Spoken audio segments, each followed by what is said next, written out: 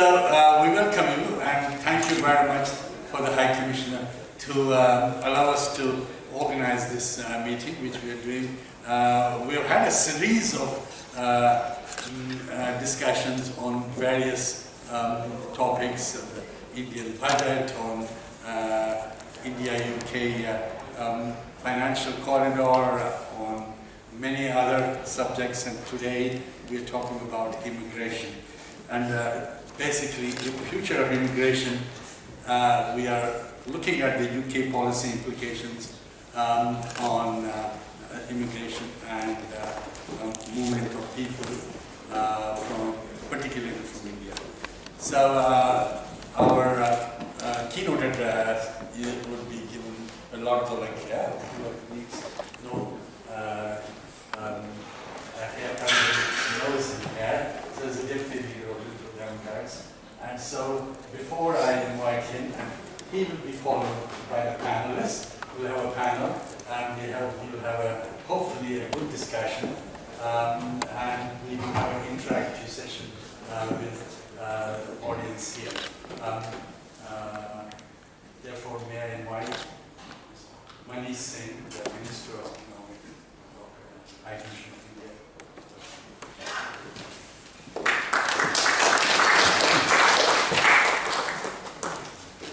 Thank you, Dr. Kaul.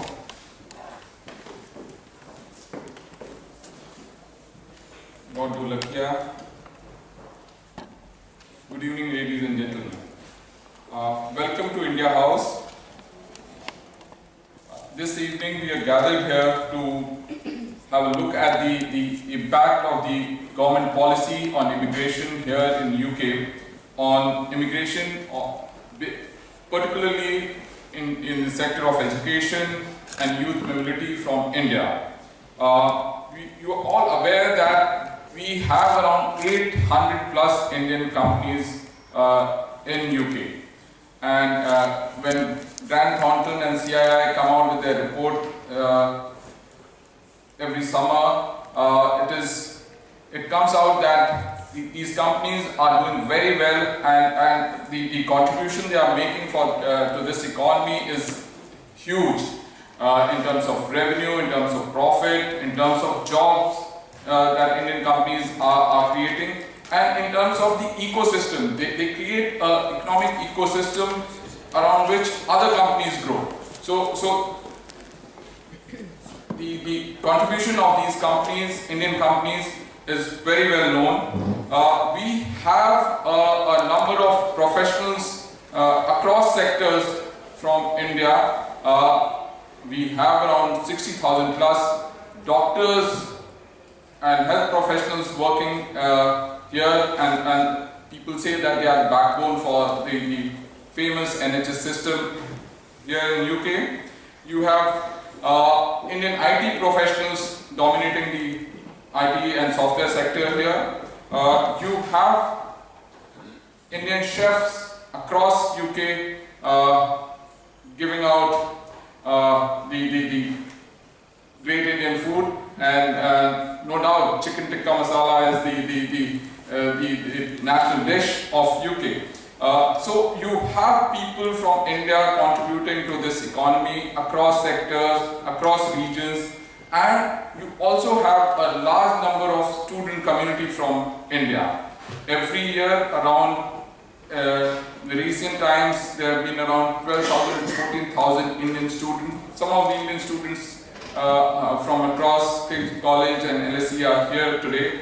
And these students come here and they face immigration issues in terms of visa for study, in terms of post-study work visa. So across sectors, across regions, across categories of people, be it students, be it professionals, be it people who work for companies, everyone is impacted by the immigration policy that UK follows. And the white paper that came out in December was therefore an important document for us. Let me tell you one thing, that India is the #1 country in terms of remittances inflows into any country. It is to the tune of around $65 billion. And this compares very well with $60 billion of FDI that we've been attracting recently. So that gives you the importance that the immigrants have on the Indian economy. And that's why the immigration policies of especially the high income countries is very keenly watched by us. We have friends from Home Department, and whenever we have bilateral discussions, the first thing that comes up from the UK side is, let's talk of everything except visas. But we say that let's talk of everything including visas. And that's our policy, and I'll say that we will always keep it on the top of the agenda for any bilateral discussions. We are, while we are discussing the joint trade, we are in the process of doing a joint trade review with UK, where we've identified sectors for quick wins. The service sector has specifically identified by India because of the growth potential in that sector, and because of the importance of that sector, and because of the visa challenges in the mobility of professionals, which is impacting that sector. After the white paper came out in December, we've had one stakeholder consultation in sometime in January. It is always important to take a stakeholder consultation or stakeholder input before we form our opinion, or before we go out with our response to the UK side. The January event was done slightly hurriedly because we had the UK team traveling to India, and they had scheduled discussions with the Home Department in India. So we wanted some stakeholder input for that, and we did that. But we've now had some time to reflect on the conditions or the contents of that white paper, and I'm happy that IPF, Dr. Mohan, Kaul and Punam from FICCI have put together a panel today, and that panel would be discussing this issue, and I'm sure that would be very, very stimulating, and I look forward to that panel discussion. But before that, may I invite Lord Dholakia for his keynote address. Thank you.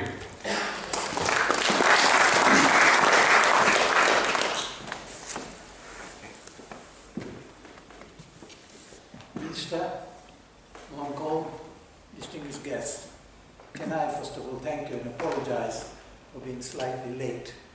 The reason was very simple. We had the trades bill going through Parliament, and there was a vote just after 4:30, and I wanted to make sure that my vote was counted, and we defeated the government on the movement clause of migrant workers by 101 votes. So you are all in a very privileged position to have the first-hand news from me on that particular bill. I also want to say this, that I've been involved in the field of race and immigration for over 50 years. I came to this country in 1956, before even there were any immigration legislation in this country. But I have been part at one time of the Commission for Racial Equality, where we investigated the immigration control procedures and its impact on minority community in this country. It's a very long exercise in terms of looking at what the procedures were then and the impact not only on the community, but also people coming to this particular country.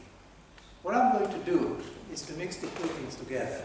I want to talk to an extent and give you some broad ideas of what the present immigration bill that's going to the House of Commons is all about.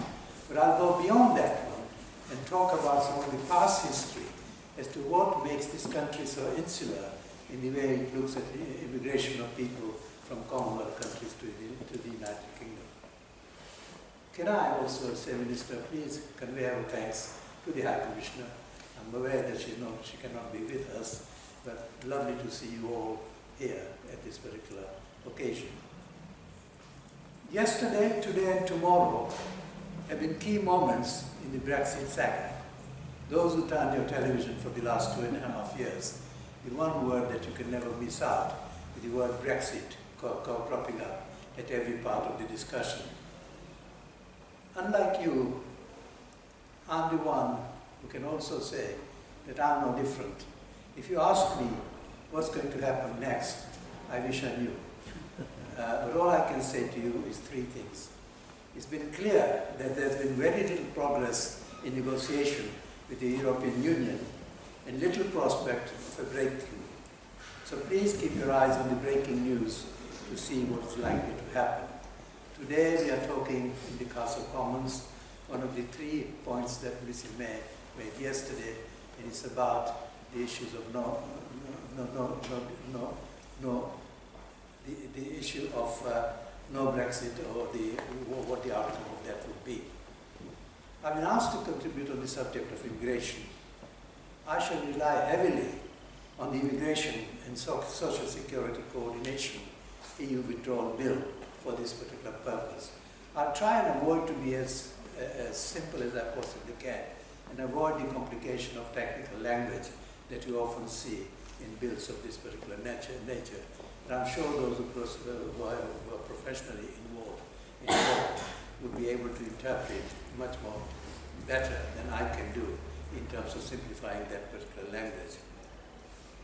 I want to do is to sketch out very briefly of what the bill means in practice, provide background information on the development of policy, and provide additional information on how the bill will affect existing legislation in this country. Let's look at the basis on which the previous immigration policies have been derived prior to the bill that I'm talking about. And one thing is very clear.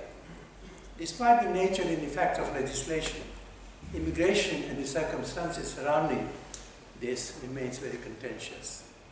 One such reason for this is that, despite all the evidence, including select committee reports and other authoritative sources, it is still not widely known that large-scale immigration to the United Kingdom is a thing of the past. It's no longer as relevant as it was in the early days of migration to this country from the Indian subcontinent, the Caribbean islands in the 50s and 60s. If you look at it now, when you look at the movement of the European migrants, even there are more migrants living in this country than had been the number when they first came here. So what we need to do is to cast our mind back to the broad areas of campaigning during this exercise in 2016. What it clearly demonstrates that the referendum of the EU membership clearly demonstrated that public perception is that immigration to the UK continues on a very large scale and that controls on the entry of migrants is essential. That is at the back of what the issues were highlighted from the time of the EU referendum. Casting our mind back to the broad area of campaigning during the exercise in 2016 when the referendum was held. Those who favoured withdrawal from the European Union, commonly referred, as we refer to it now as Brexit, argued that the European Union has a democratic deficit and being a member undermined national sovereignty, while those who favoured membership argued that this was compensated by the EU membership. So you have this very major discussion coming up. Forget the national health and other things that were being talked about, but one of the 3 major subjects was immigration in the referendum. So where do we go from here? The key issue that was identified by those who wanted to leave, particularly those who were supporting Brexit, would allow the UK to control immigration, thus reducing pressure on public services, housing and jobs, save billions of pounds in EU membership fees, allow the United Kingdom to make its own trade deals, and free the UK from EU regulations and bureaucracy. Those of you who voted during the referendum will know that these were the key issues that were identified, those people who were supporting Brexit. Opinion polls suggested that the discontent with the scale of migration in the United Kingdom had been the biggest factor pushing Britons to vote out. And the immediate stance of the government was to issue a declaration that the status of EU migrants in the United Kingdom and expats living in the EU countries will form part of the negotiation. That is at the start of the process. The things have changed considerably since then. Let me just go back. I came to the United Kingdom in 1956, well before the first 1962 Act, Commonwealth Immigration Act, was introduced. The purpose of Immigration Act is not in dispute. It is to admit those who are eligible and to exclude or, subject to appropriate humanitarian principle, to remove those who are not. That is the principle on which immigration policies have been based in this country. Many of you have experienced this during your entry to the United Kingdom. The administration of the immigration system is no exception. All immigration acts point to the fact that checks have to be made to determine who is eligible and who is not. That is the basis on which we move forward. The greater the emphasis on excluding the ineligible, the more intensive these checks have to be made.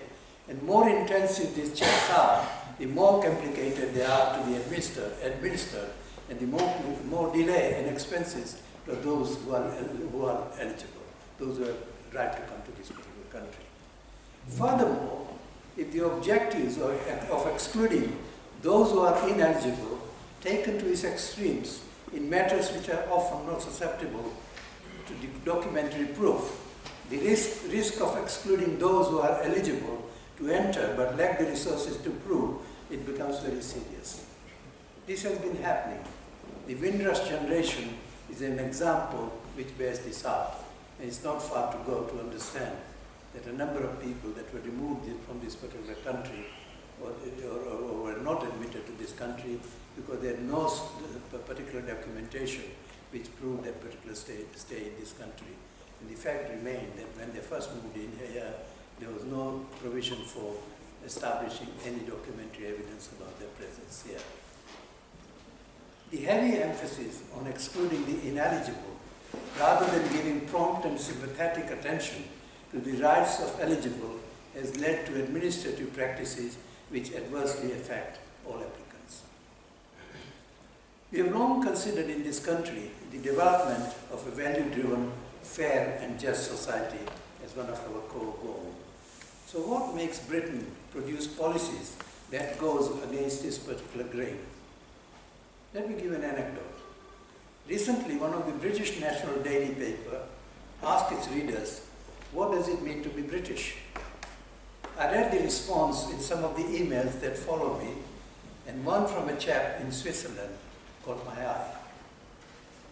He defined being British. He said, being British is about driving a German car to an Irish pub for a Belgian beer, then traveling home, grabbing an Indian curry, and watching American show on a Japanese TV. And you may say, what does it mean? The most British about all these things is suspicion of anything that's foreign. Let me put the matter of integration in the context of historical evidence. Immigration policies have played a crucial role in successive governments over the last 50 years. One of the privileges that I have as a member of the House of Lords is to go into the library and search for all documentation to see why we are at the position that we are at the present time, and how was the first idea of immigration control procedure was established in this country.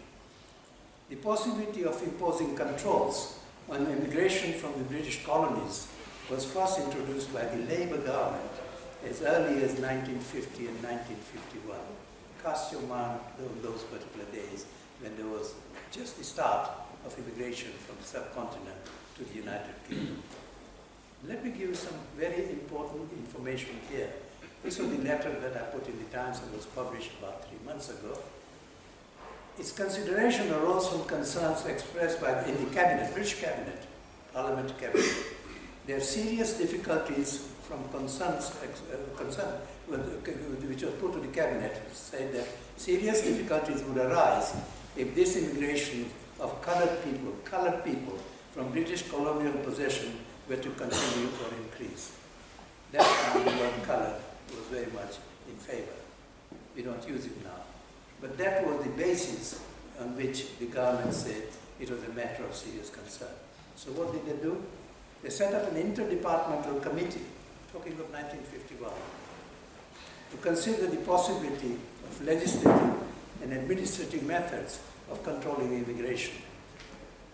So preoccupied were the ministers with the numbers entering the United Kingdom that the welfare and integration of the newcomers was never discussed.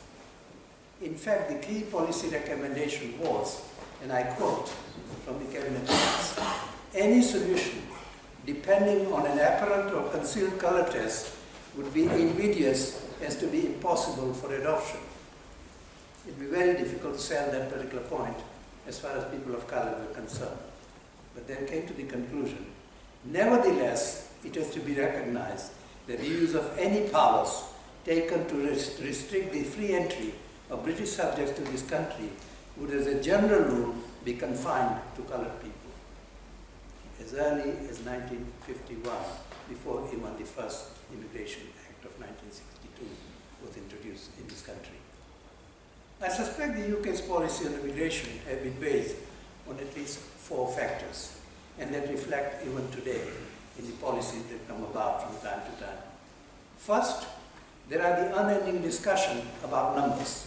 It's always been the numbers game, now focused on the others coming from Eastern Europe and the media panics about bogus asylum seekers. That has always been the first situation that you can identify. Second, we worry about our national borders and our borders within what has been called Fortress Europe. Third, there are questions around our role in the international community. Do we face towards Europe or the United States or the Indian subcontinent, or all 3 of them? And last, we worry about what is our national identity, which as a focus on immigration leads us to believe is insecure and therefore must be better defined, what it is and who can be members within this single identity. So what is the purpose of the latest bill under discussion in the House of Commons?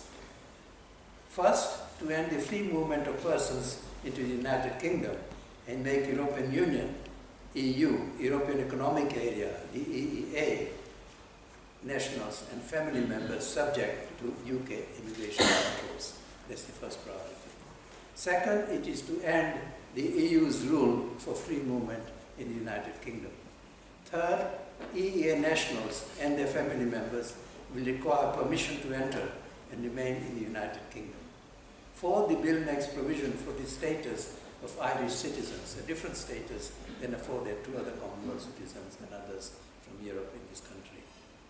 Five, the powers to amend EU laws governing social security coordination by enabling policy changes to be reversed post-EU exit. Please note that there are currently 2 systems in the United Kingdom. One governs the immigration arrangement for EEA nationals and their family members, and one that governs the arrangement for nationals of countries outside the European Economic Area. The difference between the 2 systems is that while the UK is a member of the EU, EEA nationals and their family members enjoy a right to enter and reside in the United Kingdom without the need to obtain leave under the 1971 Immigration Act. This is known as EU free movement of persons. The non-EEA nationals do not enjoy this privilege. The bill hopes to rationalize both of these systems with a view to a uniform immigration policy. Consultations are now taking place with a number of stakeholders, and their views are well publicized in newspapers that you read, particularly on the relevance of a salary or wages of up to £30,000 a year as a means of securing employment in the United Kingdom. It's not my intention to elaborate clause by clause details of the bill now going before the Parliament, and the discussions have not been concluded. Suffice to say that this overview will provide a good basis for questions and discussions. 2 things that come out at the second reading of the bill is that the Home Secretary has set no targets in future immigration, unlike what Mrs. May did when she was the Home Secretary.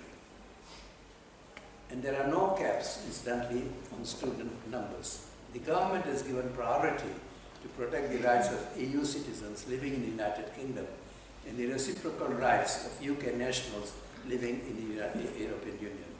The red lines on this particular subject has changed over the last 2 years while negotiations have been going in Brussels and other parts of Europe.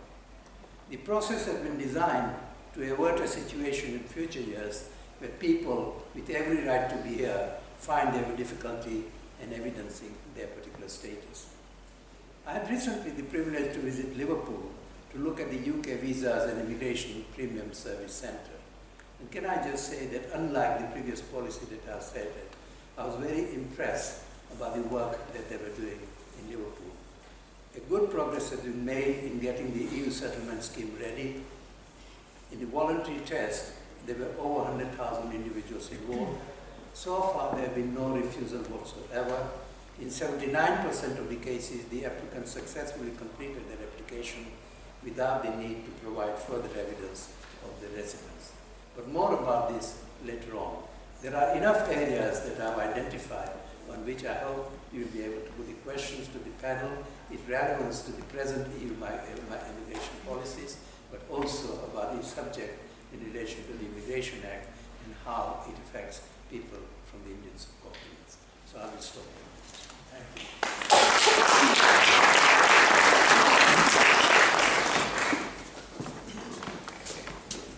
Thank you, Dholakia, for this whole summarizing the first background and then the white paper, that highlights of the white paper. And I'm sure during the discussion there might be some issues coming, and we will request you to sort of make your comment. I will now therefore go to the panel, and are here. If you see the panel, we have a representative of the largest UK company in India. We have a representative from largest Indian bank in UK, and we have 3 specialists from 3 consulting or 3 immigration lawyers and consultants here. So we will have a good mix. So could I invite them? I'll probably invite them in the order I have here. And so please come and take your from Julga Mikulski, from Head of Immigration, Deloitte UK. Come on there. Loknath Mishra, CEO from ICICI Bank. Next to please. Saini, Head of Immigration from Penningtons, Manches. Bouverat, Director of JCB. And Punam Birly, Head of Immigration, KPMG.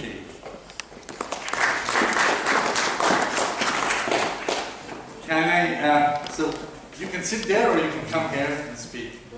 You will sit there? Can I make a suggestion? Yes, please. As you have Mark Doran in the room, who is the Home Office representative, Yes. shall we get him in front of the audience as well? Because actually, I imagine most of the questions, Mark, will be directed at you. I would rather ask them to react to what. So I was planning to invite them later Oh, right. after we were saying So that. sorry. So you wait. But please, you want to join in or make a comment? Do that. Feel free to do that. So I had a plan. Amazing. So they might. First, let us look at the panel, and then we will probably have an interaction.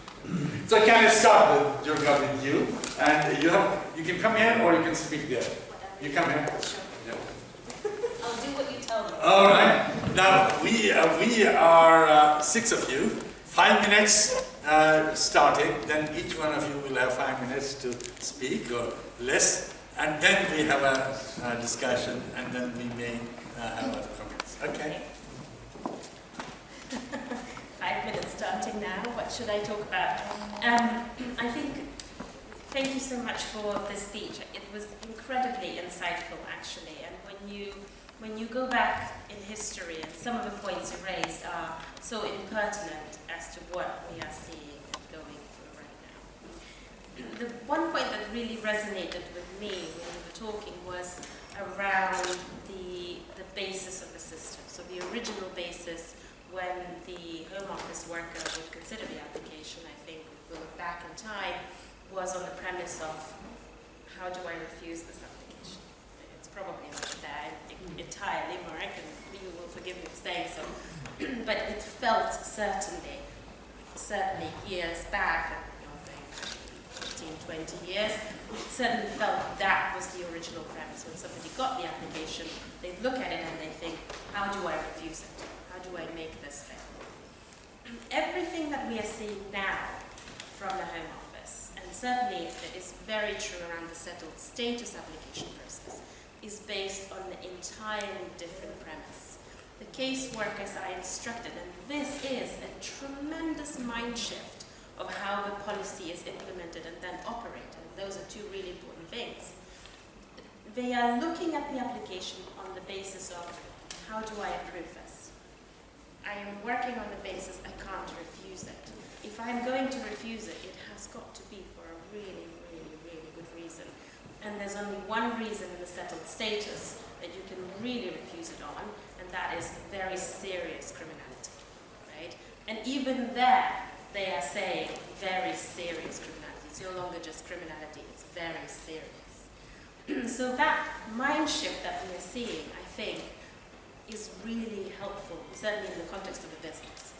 Another point you made, which is also really important, and certainly very important in the white paper context, and therefore in the future immigration system, this fixation with the numbers is slowly going away. Not entirely, and there's lots of work to be done, but it certainly seems to be going away from the perspective of, we are no longer going to have a quota.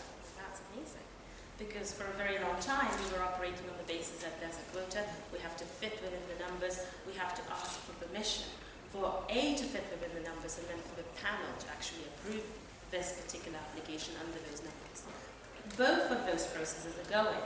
There will be no numbers, we will no longer be restricted to those numbers, and there will be no panel. We are, in essence, self-governed from that perspective. Another really important point is there will be no resident labour market test. So for a very long time, businesses, and we talked about that actually before the panel started, Philip in particular, we were talking around how businesses have been told whether they can or cannot employ somebody for the purposes of immigration. How can you, Home Office, tell me, the business, who is the right person for me to do this job? I know who the right person is. I identified that person for good reasons. And if I am going to employ them, then of course I need to be allowed to do that. And that resident labour market test was in the way of the self-governing immigration system. I think that going away is also going to be very helpful from the perspective of us being allowed to identify who is right and who isn't, and who we will employ therefore on the basis of the work permit. Those to me are the most important points. Of course, the post-study work visa, which you mentioned as well, and the white paper, the proposal to bring and resurrect that category is also really important. I think we could have been braver, if I may say so, Mark. We could have been a tiny little bit braver and went all the way for maybe a year, maybe even 2 years, like we had before, allowing people to work on the basis of having graduated here. It's a good start. There's work to be done. And one thing that I keep campaigning for, and I will continue to do so until I go completely grey, is the cooling off. This dreadful thing called cooling off, which is an intracompany transfer and other visa type of legacy thing, it still is in the white paper. In essence, cooling off was designed around meeting the net migration target.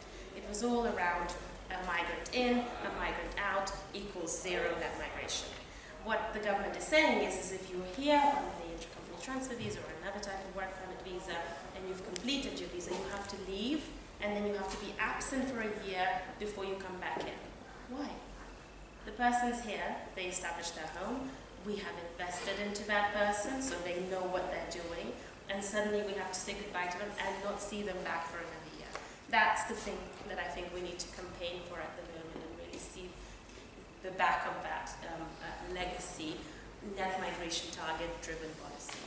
I'll stop there because I'm very conscious we have many, many intelligent people on the panel who really want to. Thank you. Look, you.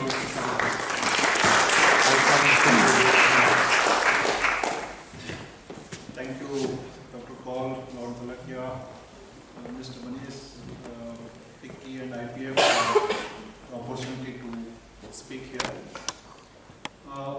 Technically, I am the least qualified person to speak on this. I don't know any of these technicalities, but I thought when I was speaking to Dr. Kaul, I thought I'll give a balcony view rather than the ringside view. And really this is based on what we feel, what my clients feel, what is that here, and some of the points I will raise may or may not be technically absolutely correct, but it will absolutely raise some of the questions which we need to answer. So I would start by saying, while we have been talking about a lot of issues, but let me first focus on 2-3 basic facts. One is, despite all these issues, today Indian as a community in UK is a big community, right? So a fairly large community which is established here.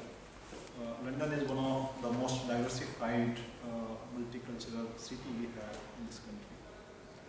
There will always be tension between the interest of a country in terms of what we want to achieve, what population we want to achieve, what are their priority in terms of the economics as well as in terms of the security and all of that. And that tension is bound to be there. As an Indian, if you ask, we'll prefer to say that why don't you allow all of us to come and settle right? Probably it will not be so reasonable to ask because each country will have their own priority and own prerogative in terms of fix what they feel is the right thing to do. Having said that, let me now raise 3-4 issues. One is students. I think most important part of our diaspora. Today, just one statistics, we have about 72,000 students going into Canada. About 15, 16, 17, 18, whatever way you look at the number coming to UK. And this is despite the fact that Indian community here is largest. Given a choice, a lot of Indians would prefer to come to London and UK rather than going to Canada from all perspectives, right? Culture, language, community, all of that. I think most of them will prefer UK as their preferred destination compared to going to this second. Clearly, and now look at it from the country's perspective. These are all bright young guys going into science, technology, engineering, one of the finest brains that a country can have, which when they come and study and work after that, they contribute significantly to the economy. So I don't think there should be any reason to really doubt the capability of these young guys, the ability of these guys to contribute to the economy, and the fact that whether they become a liability to the economy or they become a positive contributor to the economy. US as a country is built largely based on the migrant guys. More of them have gone there to study and finally have settled down there and contributed hugely to taking the country to where it is today compared to what it has been. So I think there is a very clear case. You mentioned about 1 year, 18 months. I don't know, whatever the kind of a student what we get, most of them come here for post-graduation. Most of them are very bright. Most of them are in the STEM subjects, science, technology, engineering. I'm not sure whether you should have any kind of restriction of 1 year, even 2 years, 3 years kind of restriction would be good enough. And I'm very sure that as a country it will gain hugely by having these students. Second is professionals. Now, I think there have been a lot of changes, and most of the guys I spoke to, our clients, some of the companies in technology, by and large, it's working, or let's say the companies have adjusted to the requirements because there is no choice. But 2-3 issues that come up. One is under ICT, we talked about the cooling off period. So think of a guy who comes to work here, works here for 3 years, 4 years, 5 years. They acquire certain kind of local knowledge. In some of the job, you might be handling some relationship, you will be handling some projects. You will get used to it, you know the system process, and after 5 years stay, now you have to go back. It's really hard on some of these guys. And again, these are the guys who are highly qualified, contributing hugely to the tax payment. They are earning anything more than 150,000, I'm not sure why as a country would you like them to go back. In fact, I would say that please come. Right? There is no logic for such set of guys to be asked to go back, have a cooling period and all of that. Other issues related to this is that when people at the very senior level who are well settled, who are earning well, when they think of various countries to really go, you may not like it, but they look at settlement as an option. Because if you say that, okay, you come for 5 years, but after that you have to go back. If you have your kids who are studying and all of that, where do you go? And why will you not go to a country which allows you a very easy process to really settle down, then it gives you certainty in your mind in terms of ensuring that yes, you are going to be there for 7 years, 8 years, 10 years till education of your kid is over at least. So I think the whole policy has to attract really high profile professionals. I think it has to be made very significantly different, which allows and attract people to come in with a path to settle down if they wish to. It's their choice.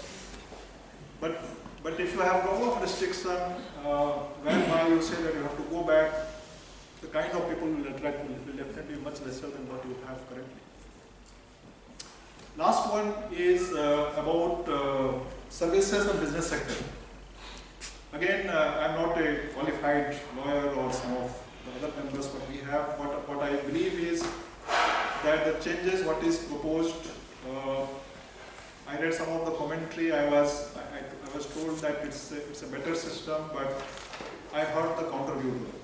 I heard that while on a conceptual basis talking about an innovator visa or talking about a startup visa, it's good. It clearly shows that the country wants to encourage people who want to innovate, who want to do startup.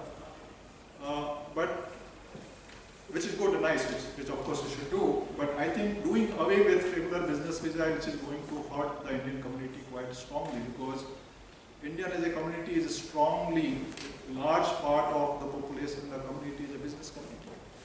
And they contribute in a variety of ways in terms of, somebody mentioned about the restaurants, small shops, starting from that to variety of other businesses. Today, if you look at the SMEs in UK, a large number of SMEs today are owned by Indians.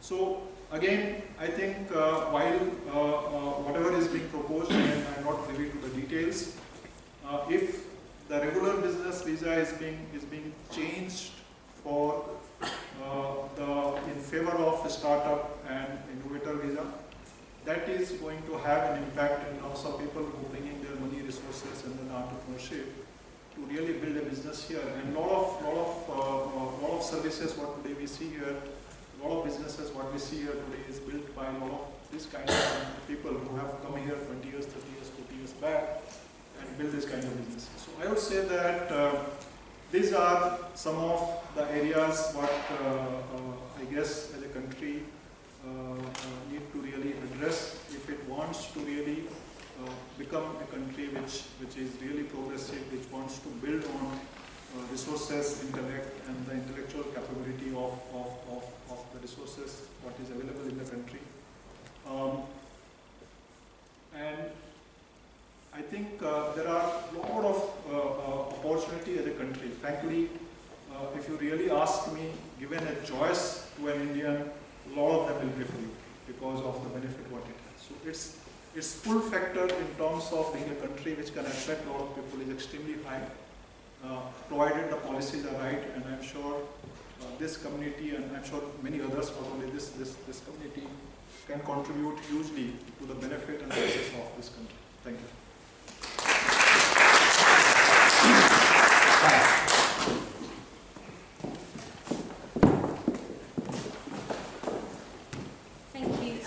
I'm not going to repeat any of the stuff that's already been said, particularly Jurga covered most of the stuff that I think immigration lawyers will talk about.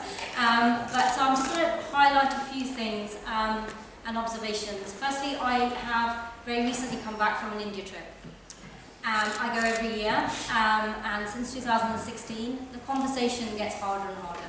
I actually had someone laugh at me just before I went on to speak about UK immigration options. Telling me how everybody can laugh at the UK now. So I decided in my presentation to use my last slide before my first slide, and I said out of every crisis comes opportunity. You know, India is very entrepreneurial. In 2021 we're designing a new immigration system, so let's look to make those visas more fit for purpose. And I'm a big advocate of fit for purpose visas. One thing I would say is I didn't lobby for the entrepreneur visa to disappear, but I did lobby for the startup visa. And I first mentioned that to government officials in 2012. It's taken this long for that to happen. So I didn't say let's get rid of the entrepreneur visa, but I did say let's get a startup visa and an innovator visa because I think it's really, really needed. The other thing that I'm going to mention is how slowly things move, and this is a plea to the Home Office about we need a fluid system, okay?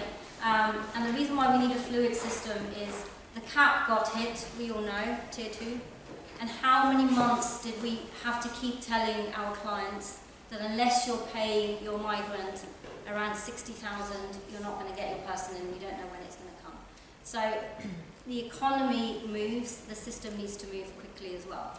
I am also the lawyer that took on London Met when they had to go to the High Court to get a reprieve for their international students. We are still suffering the consequences of London Met, we're still suffering the consequences of ETS. I acted for 2 of the 3 universities that were caught up with that. And that still gets talked about now in 2019. So we kind of need to move on from there.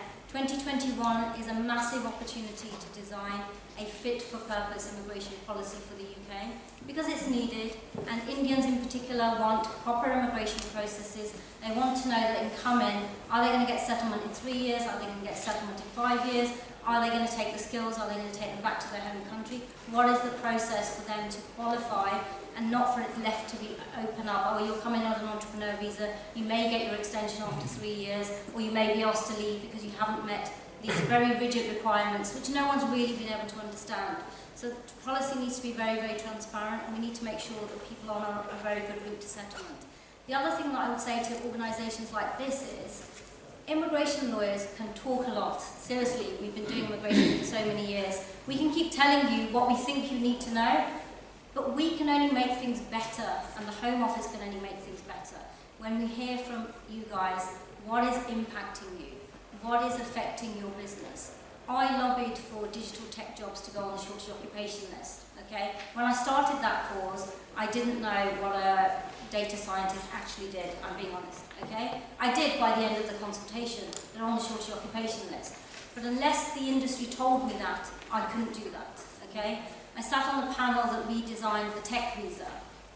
Again, I wouldn't have done that myself. I had to go out to industry. Companies needed to tell me. I went to India, I went to Bangalore, and found out what tech entrepreneurs wanted in India, what skill set they had that we lacked in the UK. And then we sat around the table and we redesigned the Tech Nation visa, a fit-for-purpose immigration visa. So again, you have a voice, you need to use it. If you're not able to hire, why aren't you hiring? Why aren't you able to hire? If you're not able to hire in a particular skill set, why are you not able to hire in that skill set? You need to feed that information back, because now is the time for 2021 where we can actually turn around and say to the rest of the world, hey, we have this fit-for-purpose immigration system and this is how it works. That's my plea to everybody. Okay? Thank you.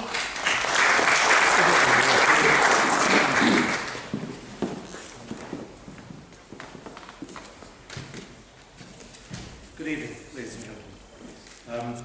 I represent a company called JCB, and it's not the Japanese credit bank, that's the company that makes yellow machines that dig holes. We employ 15,000 people globally. We have factories in the UK, factories in the United States, factories in Brazil, factories in China. Our biggest clusters of factories are actually in India. We've been in India for nearly 40 years. We employ 5,000 people in India, which manufactures 30% of the machines in our global market. Interesting statistic I always talk about is that, for those of you who know what a basic JCB looks like, in India we make one every 3 minutes 40 seconds. 90% of those are deployed in India. We've got nearly 300,000 machines running in India. Each one of those machines employs roughly 5 people, and they make a living out of it. And since the last government, the current Indian government, should I say, really got the rural population dialed into the future, we got really lucky. People started to think that buying a JCB was buying a business. We didn't discourage them, but with the rural population able to afford and their bank accounts and the aspiration was there, our business boomed. Last year it grew over 30% just in India. Now, when I look at India, I always say to people, to work in India, you have to love India, but actually India has to sort of almost run itself.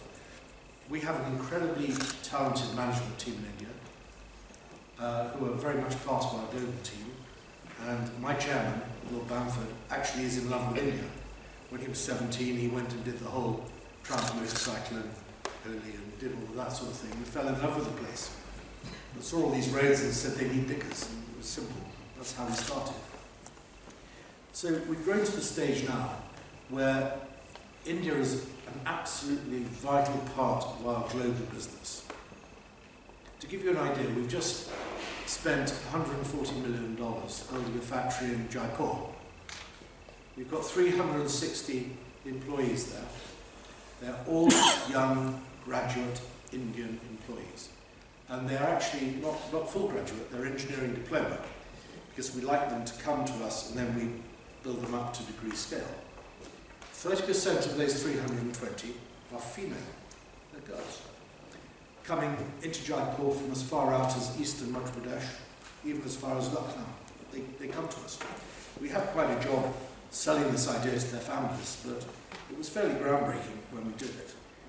The problem we've got, we can't bring these talented people to the UK to get them involved with our business, to meet their colleagues. We're still based in the UK, we're a UK head office. Our headquarters is in the Midlands, in the UK. We want to bring these young people over. We want to teach them how we do things. We want to give them further, education is the wrong word, indoctrination is the wrong word. It's sort of, they're part of the team. We haven't employed them to a job, we've employed them to be part of our global team. However, unless they've had a bank account for 6 months and employed with us for 12 months, we're not allowed to bring them in. This is crazy. We want plane loads of these young, talented people in. We want to teach them about how to put a global company like ourselves, put the Indian part firmly on the map. It's so important to us. Our intercompany transfers are pitiful. In 2016 we had 41. The following year we had 55. Then it sort of went down to 29. It's extraordinary. We are basically hampered from doing this. We've said to the Home Office on many occasions, and I'm not having a pop at you on this, Mark, but I am. You need to interact with business and understand what we need. You know, we can self-certify. We're not going to run off. We're not going to kidnap them and send them somewhere. You know, these are valued people. We want them to be able to come to us. We'll sign whatever you want us to sign, but we want to have as many of them here as possible. And we want to teach them our way of doing business. The quality that we have in India is second to none. They are brilliant young people.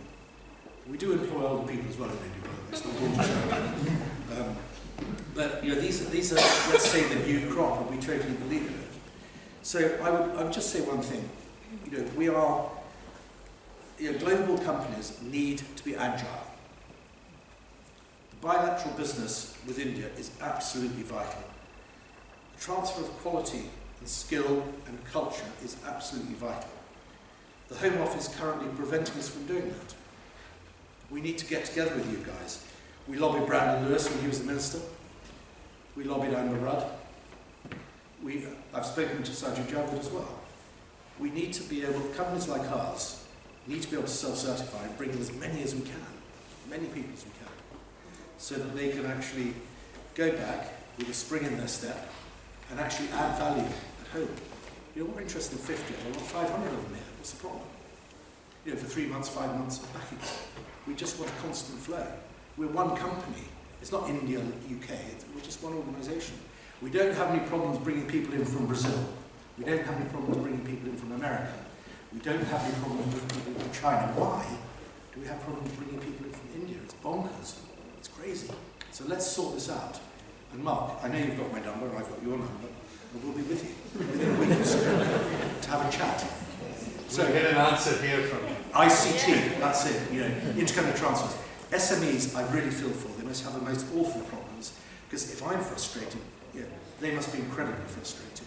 We need to break this logjam, and I've actually appealed to Her Excellency, the new High Commissioner, and the team here, that they need to get stuck into the Home Office and discuss this seriously. Because we've been talking, and nothing's happened. Now, I gather there's a white paper on its way. Thrilled, didn't even know about that. But I didn't. It's done. It's fine, it's done.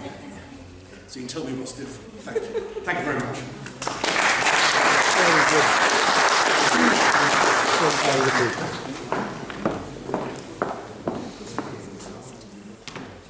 When my dad came to this country, and when we were younger, he used to tell us stories about those signs that you have, which said no dogs, no blacks, no Irishmen.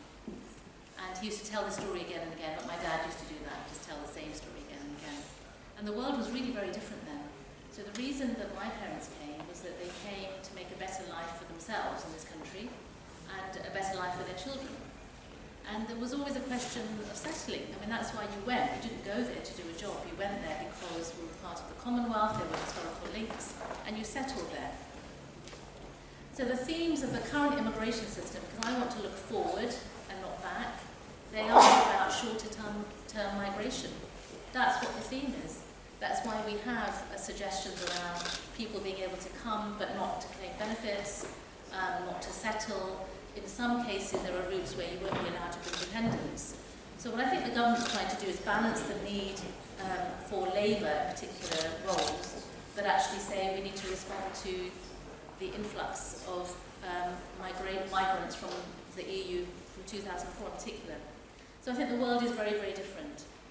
And I think we just have to deal with the world as it is. And so what I would suggest is that really, as a community, the Indian business community has to engage and look forward, because these changes aren't going to come around until 2021. Now, the changes in the white paper, so again, when I was younger, just going back a little bit again, all of the successive rules on immigration were about the toughening of immigration rules. It was getting harder and harder to get in. And you couldn't just automatically bring family in, then you had changes to the Nationality Act as well. Different categories of nationality had different rights, and that's still around today. So that's very, very different. And now there are actually some good things, and I think Jörg mentioned there are some good things in the new immigration rules. And I would want to look at these with an open mind.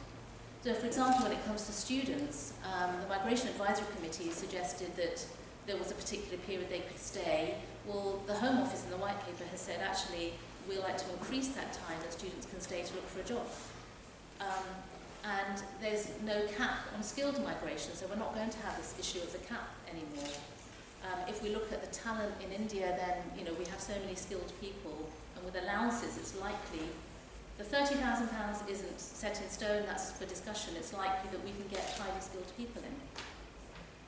The other features of the immigration system to think about is that it's very digital. So we'll be joining up, as advisors, we need to tell our clients that actually your digital immigration system status will probably be linked to your tax status. And so this is about compliance as well and making sure that everything does line up. But the other one is really around automation. So for a lot of businesses that do require low-cost labour, there is this discussion around, well, really, should they be having that much low-cost labour in? So I'm not making a judgment on these things. I'm just saying that this is where we are going. Therefore, we deal with the system that we have. And I would really like to see participation by Indian business in stakeholder engagement sessions. I've never seen in my career the willingness of the Home Office to engage, and for very senior people to engage and to listen. I think it's a different time to the one it was even a few years ago. The other one is that I think that really trade deals will be important. So we've got a lot more. I don't know what's going to happen. I don't know. It's all dependent on whether the EU give us an extension or not, and if it's in their interest. Who knows what's going to happen? But in terms of trade, again, I would say let's focus on that. And what I will say, and I hope that no one takes offence at this because I'm Indian myself, and I can say this, I think we need to get out of that mindset of Indians being treated badly by immigration all the time and get onto the front foot and say, look, this is a different world, and demand our voice at the table in terms of stakeholder engagement, but not have this constant feeling of we're hard done by, because there were cases, I remember when I was growing up, that were really poor and they were upsetting when it came to immigration, and these were about colour. But actually that's not going to get us anywhere. I think we have to just push forward. And lastly, all I'd say is that I think we need to get that good PR around the contribution of Indian business, of students in terms of talents, innovation, ideas, skills. But I'd really like to do that whilst we lose this thing we have about being treated badly on immigration. Good done.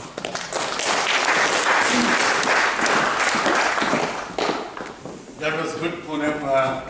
That was a good advice. That is, we are going that advice. We are not sort of moaning and asking, but we are trying to talk on as a basis of strength and see that, that we play a major role. I think. Look, we did some statistics, as I said, that in Silicon Valley, 20% of the startups set up every year are from Indian diaspora. There's a minuscule of that in UK, and there are a lot of IT companies in London and in UK who are contributing to new startups. I mean, the employees are looking, and we have here a number of them who were working in Infosys and now have startups. Now we are talking to the government and other policy makers saying, how do we make that happen? How do we get more and more Indian talent to create a much more number of startups and create a UK-India corridor on the technology? So we'll take everybody's advice, but since a lot of questions have been raised about the Home Office, and we have two representatives here, Sharda Rukmani and Mark Doban. May I ask Mark, you want to say, make a few comments before we go to question and answer?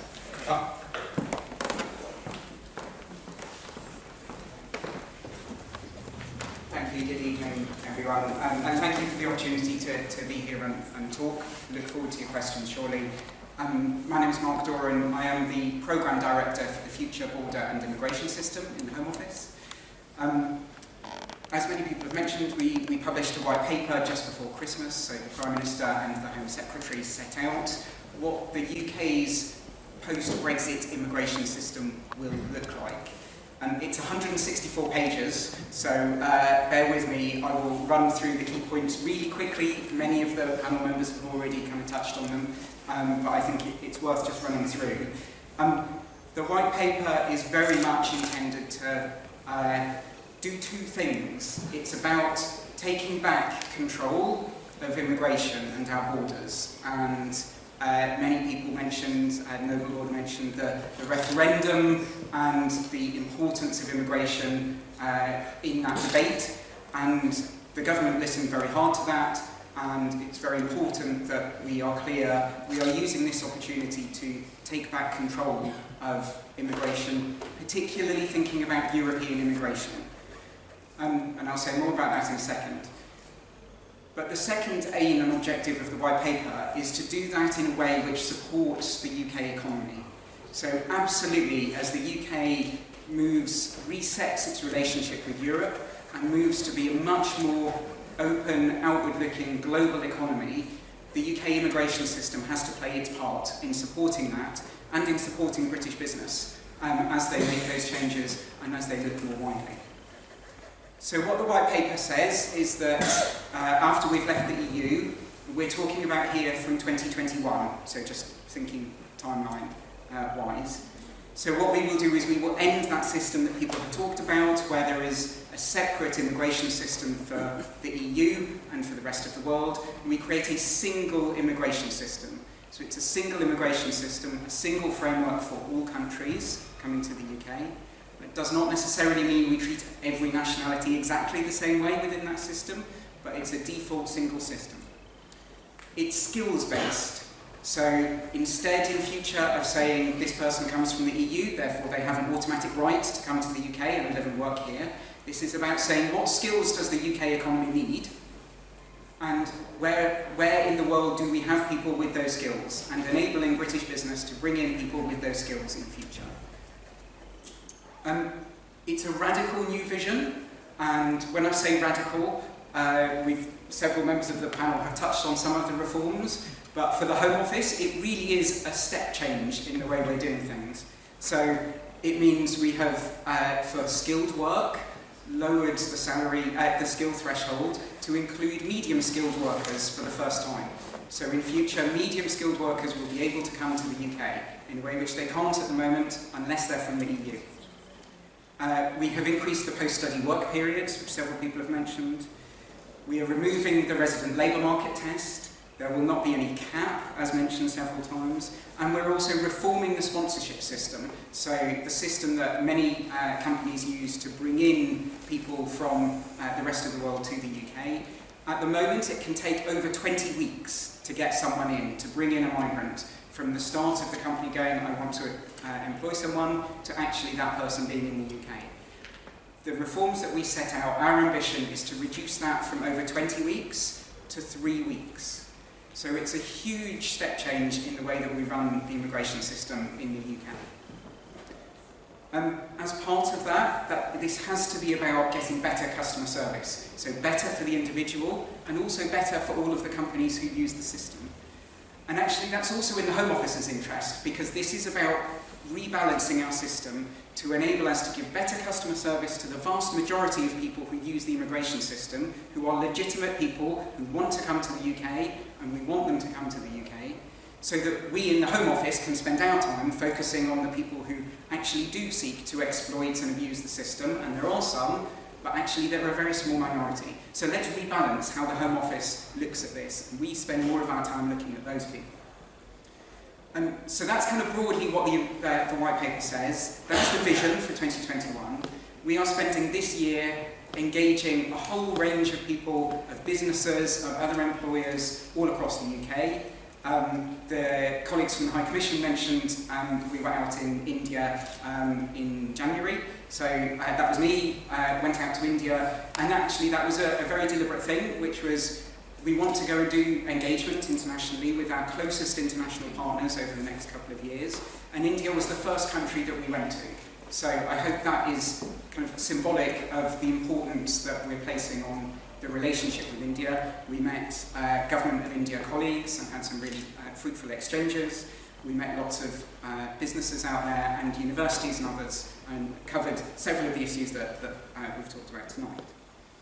So just in terms of timescales, lots of engagement this year. I hope this will be only one opportunity that we get to engage with yourselves and others.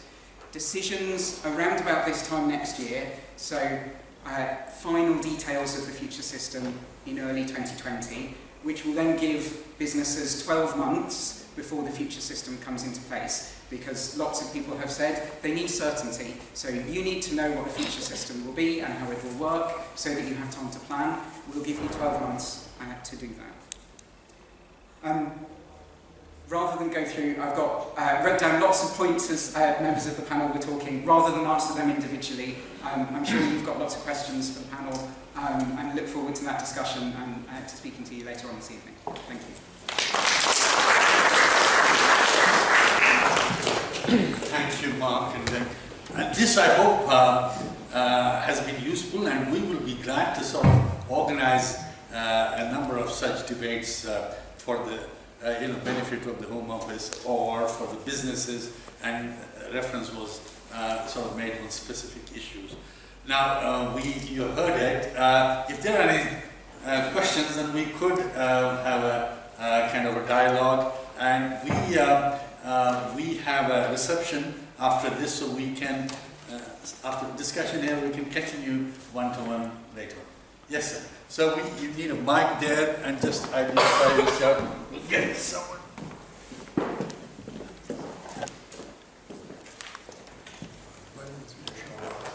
Before I switch it off,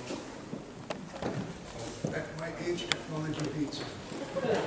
You use your I think I will use my lawyer's voice. lawyer's word, yeah. Before I ask and pose my question to the panel, I would like to take this opportunity to pay tribute to one of our greatest personality, innovator and promoter and protector of the community in this country. Right from the time he started from the Race Relations Board to today, we are today where we are because of the great contribution, effort and the sacrifices of both Lord and Lady Dholakia. It's important for them. I always say that Lady Dholakia is the Kastur part of our garden.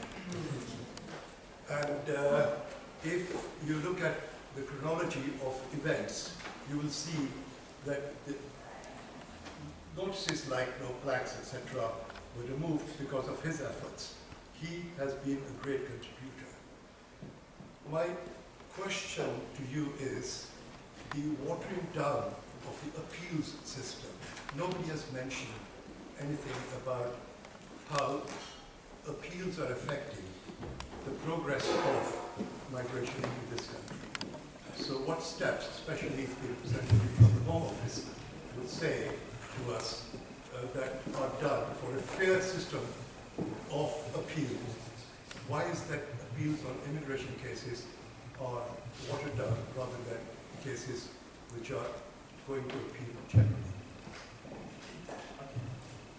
Any one of you? I need the mic back. One of you, you give me one mic.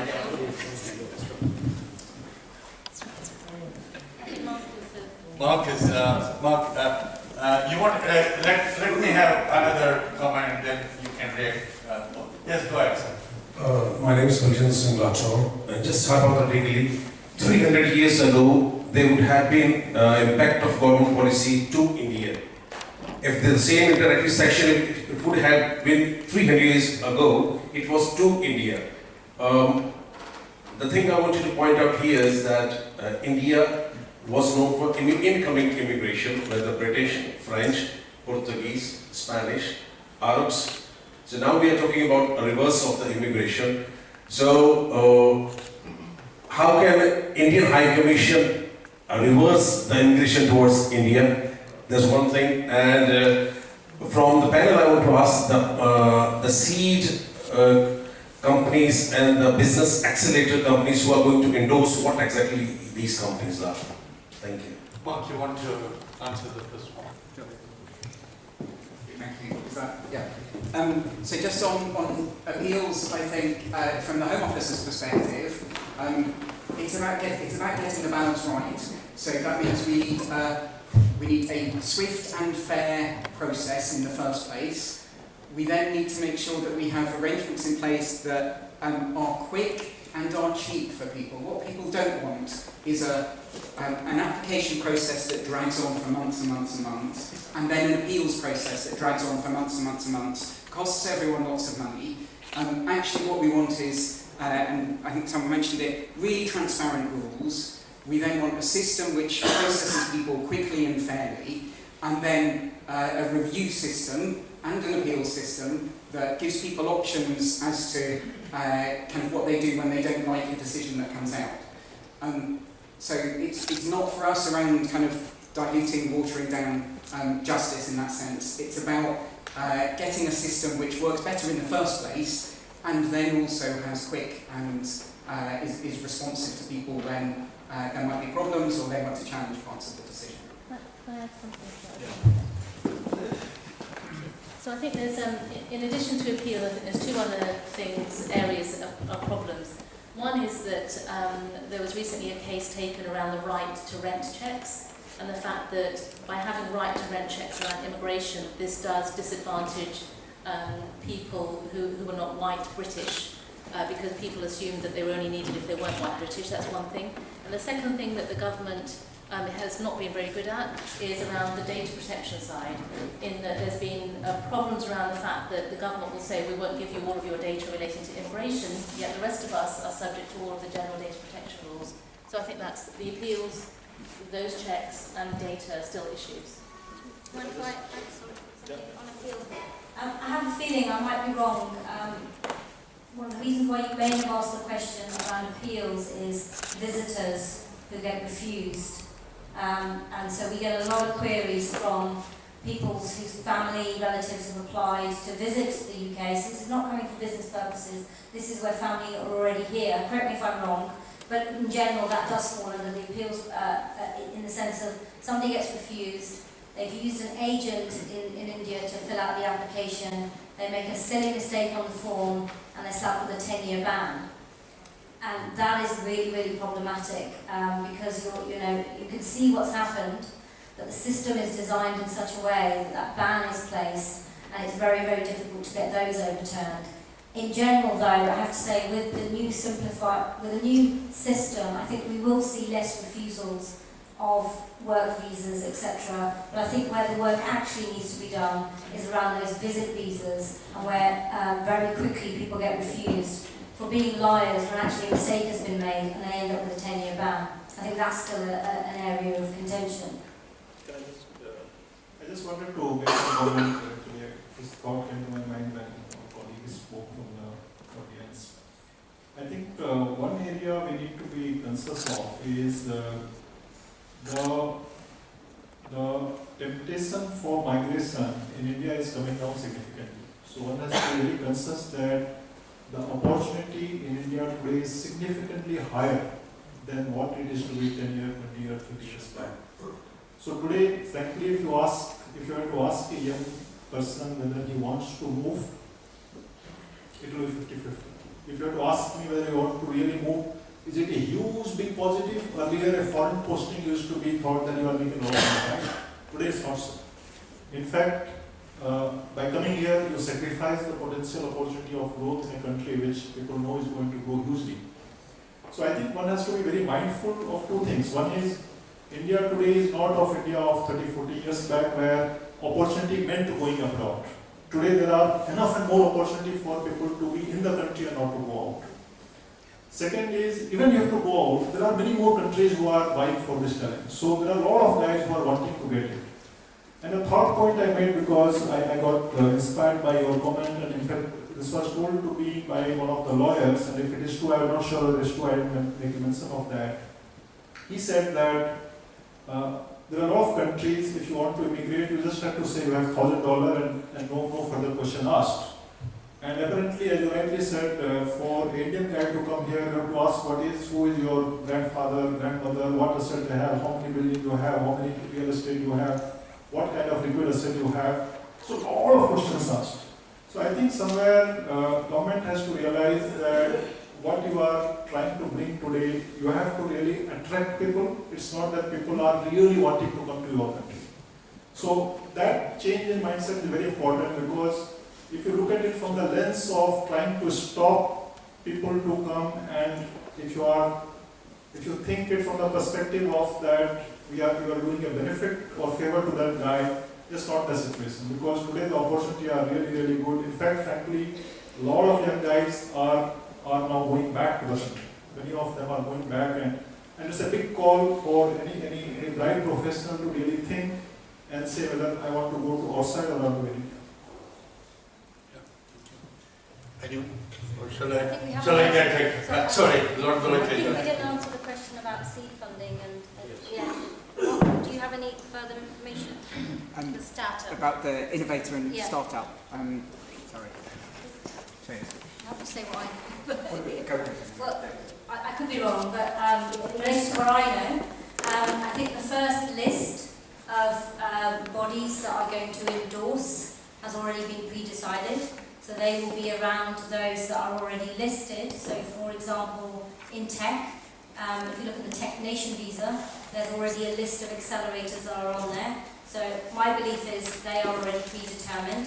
But very soon, any day now, we are going to get the criteria for new endorsing bodies to apply. That's my knowledge. Mark may have some extra Mark, do you want to add on that? So I'm literally reading my notes as we speak. While you're reading, Sorry. we'll take another question. Yeah, let me go ahead. Yeah. Yes. Sir, Thanks to Indian High Commission and the FICCI for providing this wonderful opportunity to come across with this knowledgeable panelists as well as the Home Office executives about the very burning issue of immigration, and that in the midst of this confusion of Brexit for the Indian diaspora. It's very, very pertinent at this point of time. As one of the panelists has told, that from Indian diaspora, a lot of senior executives come here with their kids, and they will be studying here for some 4 years, 5 years, and at the cost of studying completing their GCSE and A-level and other things, they are subject to studies for... Your question. No, I'm good for that question.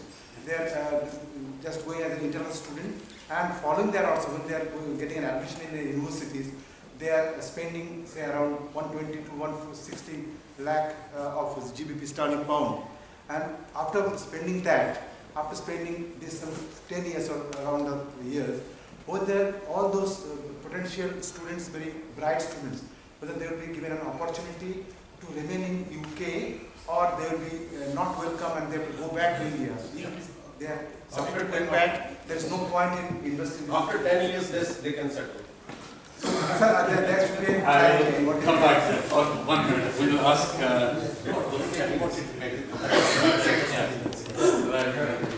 I can ask the question. No, I just please.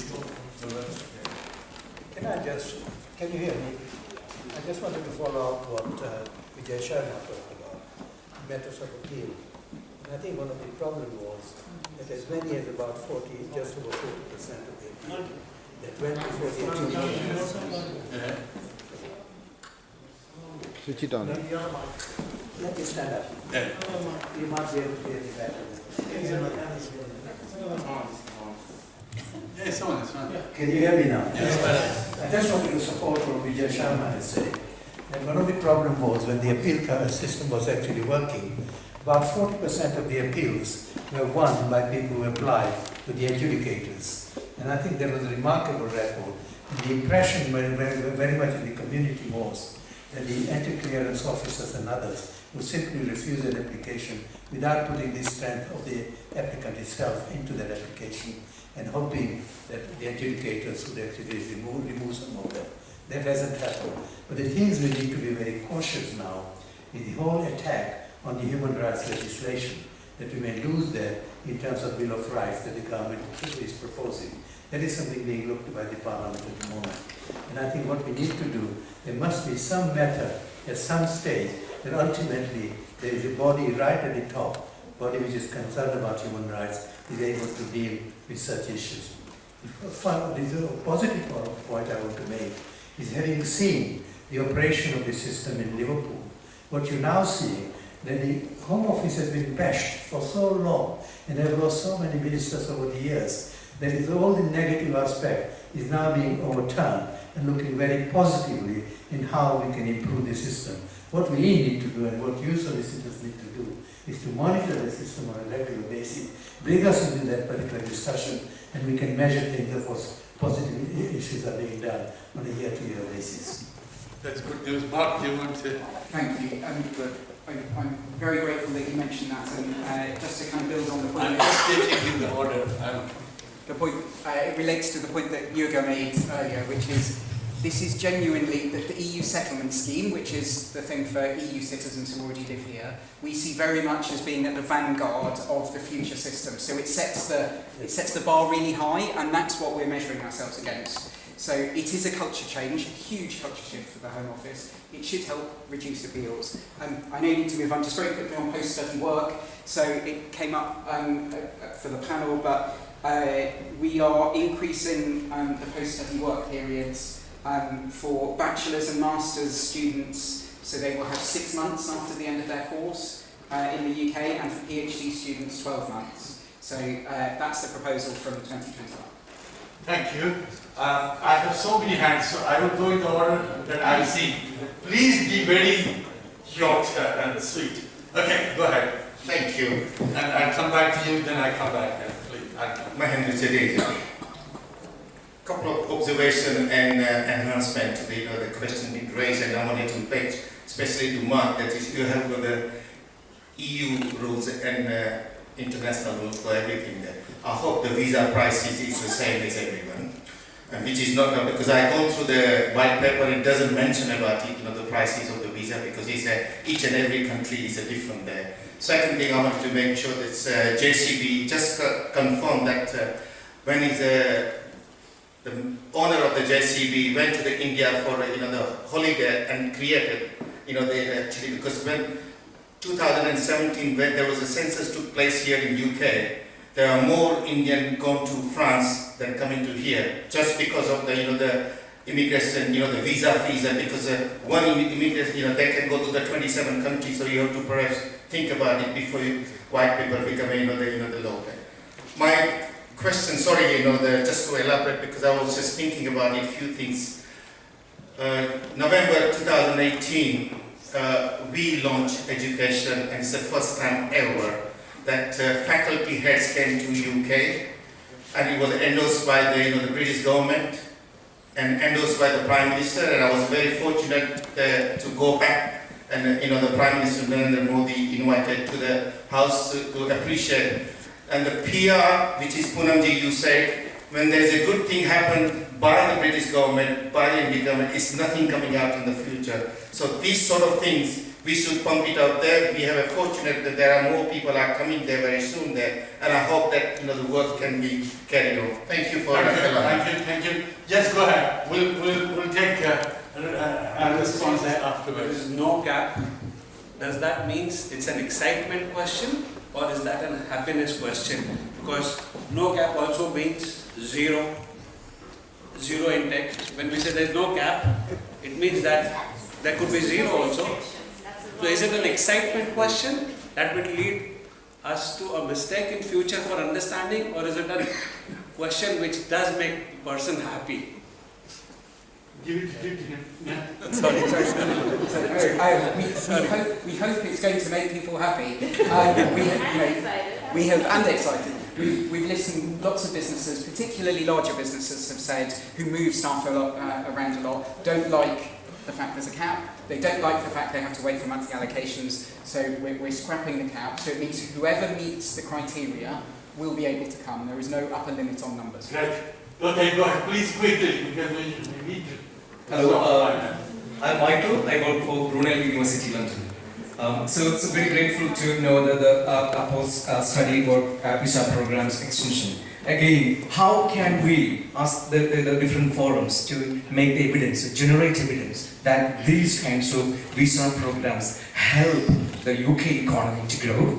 The university is also learning from the international students coming and then advocating for the best practices, and also that we are not creating any misappropriation of this new system or the systems we had in the past. That's number one. How we can generate evidence and advocate for it. Number two, especially for colleagues from Home Office, as UK government is encouraging universities to partner with Indian business establishment, industries, with innovative UK funding and other research council funding programs. So in this situation, smaller SMEs, they find it difficult when they partner with UK universities. For example, to send their staff to a university to be based here for 6 months, 12 months, because it's cooperative projects. So especially when you say about this startup visa, so may I request you that please consider or make some special provisions for these categories, because universities, we are trying hard to make those linkages with Indian industries, whereas we don't have a conducive environment to facilitate these types of visa processes. So I'm most grateful. I'm talking here also with experience of other universities. Very important point. I think we will take it forward.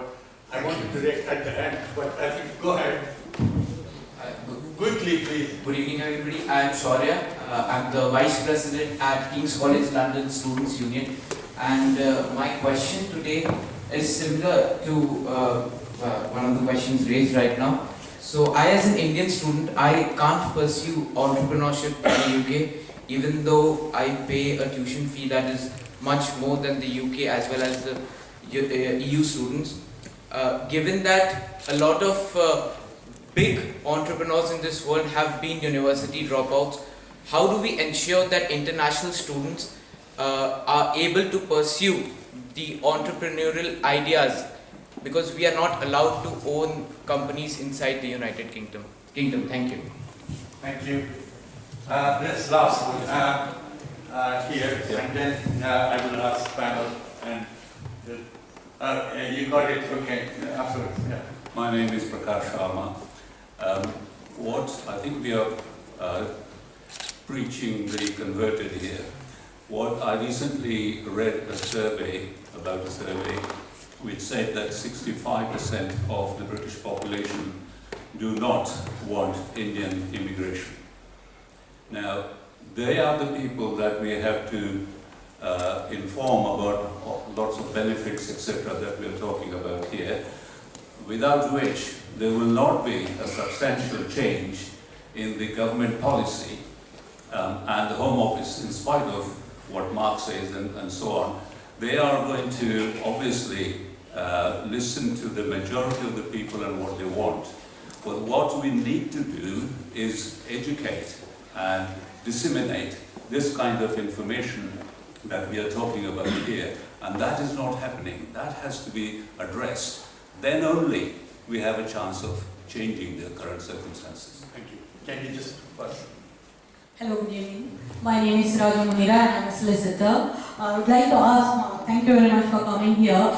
We are talking about businesses. I would like to specify here, we are missing one thing. We all are solicitors. There are professionals like solicitors, doctors who are also running businesses here. And sometimes, many of the people, they come from India, educate themselves, they become qualified solicitors or doctors, and they don't have chances to stay back, and they go and return to the country, and then they start their businesses there. There should be some options for them to come back and start businesses here. Because my own brother, he's a solicitor, qualified 10 years before, and he left and he's having his office in India. But to come back as a solicitor and start a firm here, then there is no place for him actually. So we should also look at such businesses where professionals are there who can come back and again contribute to this country and make a difference actually. Thank you. Thank you very much. Last question, and then I will answer. Hi, my name is Subhash, and this is aim for the Home Office and pertaining to technician exception and visa. Question number one is obviously the fact is it seems in spite of having such a great opportunity for entrepreneurs to come and settle down out here through the exception and visa, I don't think many of the high commissions or agencies in any part of the world are too much aware of it, and that's a pointer which I've been sort of really working hard with the technician guys as well. The second part is, which I'd like to sort of highlight, is more in terms of life after technician visa. By the way, I'm a recipient of the exceptional talent visa, just for mentioning. Thank you, probably the only one in this room, clap. Moving on, what I'm trying to say, life after. I've been in the UK for the last 7 years. I was not aware of this visa. The lady in the brown jacket informed me on a wintry evening on November 17.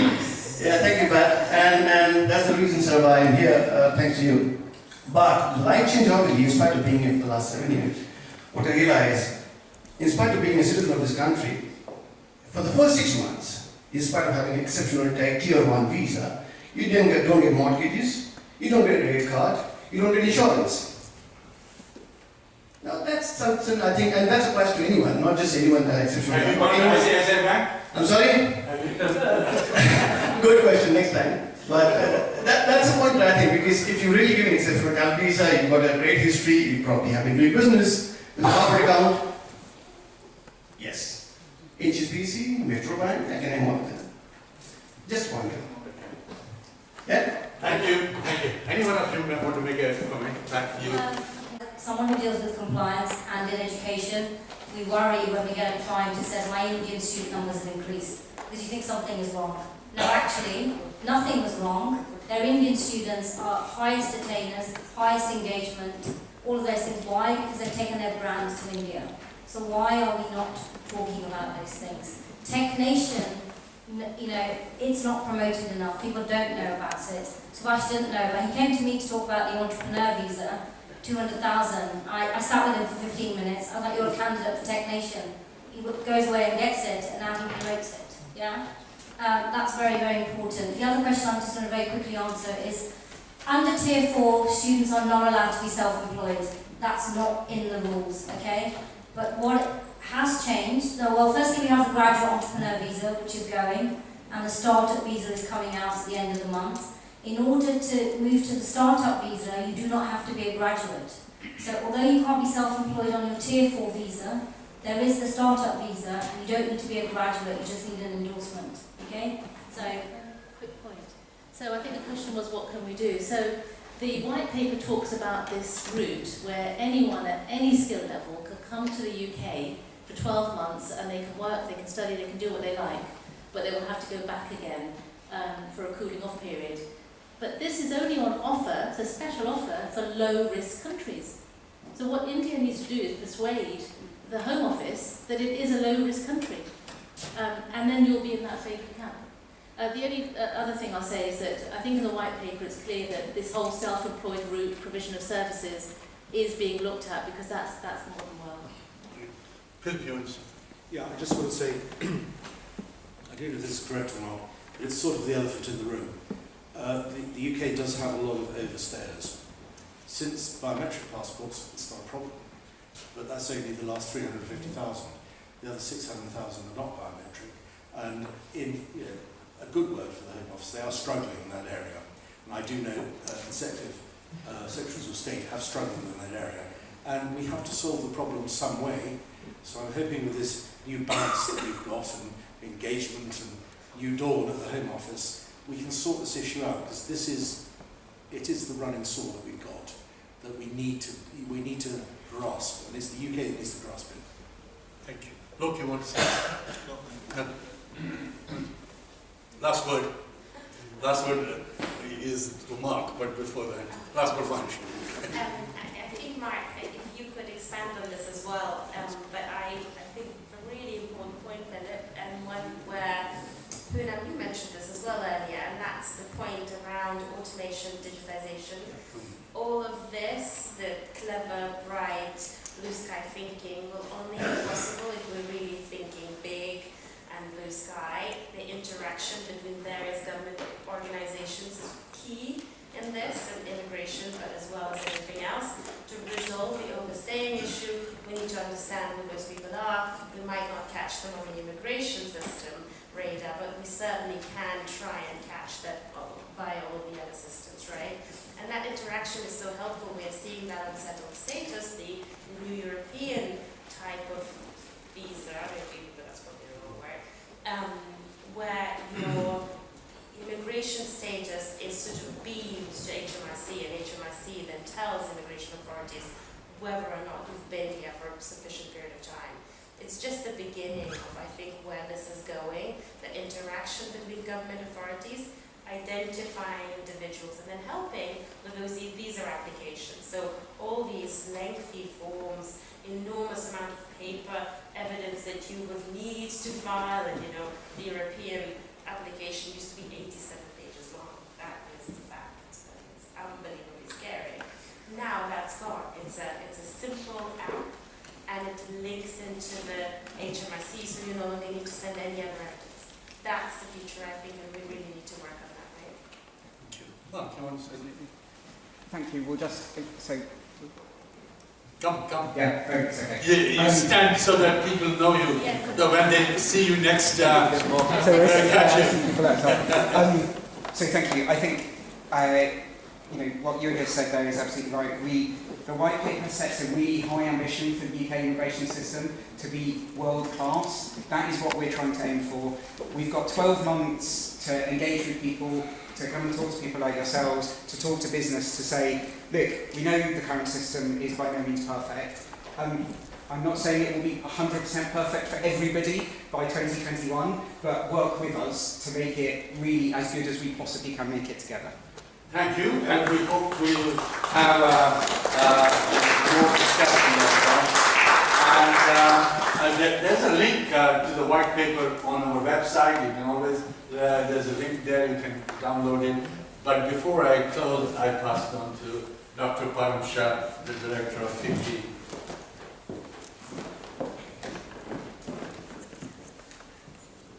Good evening. Thank you, Dr. Kaul.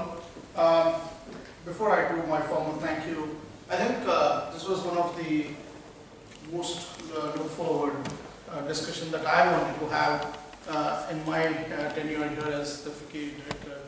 Because I still remember when I came to this country in 2017 to take charge of this office here, every person, believe you me, be it at the High Commission in India, the DIT, FCO, UK IBC, or businesses, the first thing they would tell me is get your visa sorted before you come in here.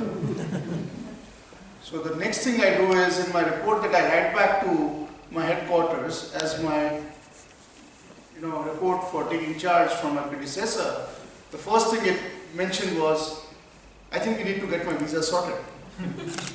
People had scared me, and I had also quoted my example of my colleague from CII, that it took her 1.5 years to get her visa sorted. Now to just get this in perspective, and not that I'm favoring or not favoring one, the problem was not with the Home Office. The problem was in the category of visa in which CII was getting their officer to apply in. It took... You didn't go one of those experts. I went to the officials at the British High Commission in Delhi straight away. We reached out to them, and I'm sure not every one of us is as fortunate to be working for an organization like mine where we can reach out to them and check what is the right category under which I should apply. It took them 3 weeks to come back to me, but it took them less than 48 hours to grant a visa to me and my family. Fantastic. So if you know your category, you know your paperwork well, I think the problem does not exist. The problem is self-created. Nevertheless, coming back to the topic, thank you Lord Dholakia for sharing your insights on the white paper. I think it was a very useful base on which the panel could further discuss upon the nuances of the white paper. I would really want to thank all the panelists here for being here with us and sharing your perspective on the white paper. I would like to express my gratitude to the Indian High Commission and the team led by Mr. Manish Singh, the Minister Economic, who have been ever so supportive, right from Mr. Singh himself to Nageshwarji, who stands right there, who is sure that every one of us had a safe passage into this building, given the security measures that the building has. Thank you, Dr. Kaul, for being our partner in crime, if I may use the word.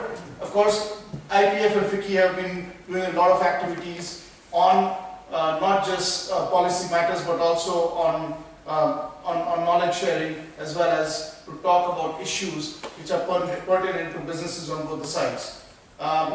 Further this month, this is the third event by the way, in this month that we're doing. The fourth one is on intellectual property rights in India. We are on 26th of this month launching a new series on legal reforms in India, where we will touch upon one important legal reform in India that will help businesses from other countries to come and do business in India. The first one in the series is on intellectual property right. You will have the invites in your mailbox soon. And I would like to thank all of you for being here with us, and please join us for dinner after this. Thank you. I must apologize, Mark and Rukmani. I should have mentioned this, and I place on the court your gratitude for being here and taking those tough ones. I'm sure you had a lot of volleys coming your way, but you hit all of them out of the boundary. I'm sure that's a good warm-up for the World Cup coming up. Thank you so much. Please join the quickly. Ready. Smile, sir. This way. One also. Thank you. Okay. Can you Have you finished? I'm finished.